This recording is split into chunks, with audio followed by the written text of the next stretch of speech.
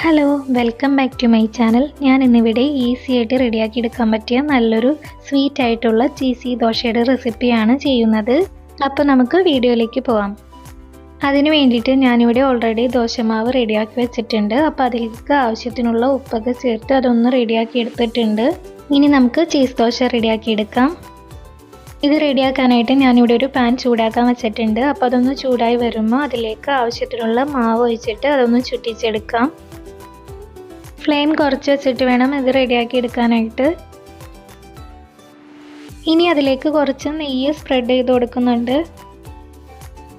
ഇനി അതിലേക്ക് മധുരത്തിന് വേണ്ടി കുറച്ച് പഞ്ചസാര ചേർത്ത് കൊടുക്കാം. എല്ലാ ഭാഗത്തും ആവണ രീതിയിൽ ഇതൊന്ന് സ്പ്രെഡ് ചെയ്ത് കൊടുക്കാം. ഇനി അതിലേക്ക് മൊസറല്ല ചീസ് ചേർത്ത് കൊടുക്കാം. എല്ലാ ഭാഗത്തും ആവണ രീതിയിൽ സ്പ്രെഡ് ചെയ്ത് ഇട്ട് കൊടുക്കാം. ഇത് നമ്മൾ അടച്ചു വെച്ച് വേവിക്കേണ്ട ആവശ്യമില്ല. മീഡിയം ഫ്ലെയിമിൽ വെച്ച് വേവിച്ചെടുക്കുമ്പോൾ ദോശ റെഡിയായി വന്ന ടൈം കൊണ്ട് തന്നെ ചീസും മെൽറ്റായിട്ട് വരും. ഇപ്പോൾ ചീസൊക്കെ നല്ലപോലെ മെൽറ്റായി വന്നിട്ടുണ്ട്. ഇനി നമുക്ക് ഈ ദോശ ഒന്ന് മടക്കി കൊടുക്കാം. ഇപ്പോൾ നമ്മുടെ സ്വീറ്റ് ആയിട്ടുള്ള ചീസി ദോശ റെഡി ആയിട്ടുണ്ട്.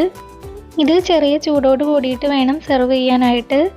കുട്ടികൾക്കും വലിയവർക്കൊക്കെ ഒരുപോലെ ഇഷ്ടമാവുന്ന ഡിഷാണ്. അപ്പോൾ ഇതുപോലെ ട്രൈ ചെയ്യാത്തവരാണെന്നുണ്ടെങ്കിൽ ഒന്ന് ട്രൈ ചെയ്ത് നോക്കൂ. എൻ്റെ വീഡിയോ ഇഷ്ടമാണെങ്കിൽ ലൈക്ക് ചെയ്യാനും പുതിയ വ്യൂവേഴ്സ് ആണെങ്കിൽ സബ്സ്ക്രൈബ് ചെയ്യാനും മറക്കരുതേ.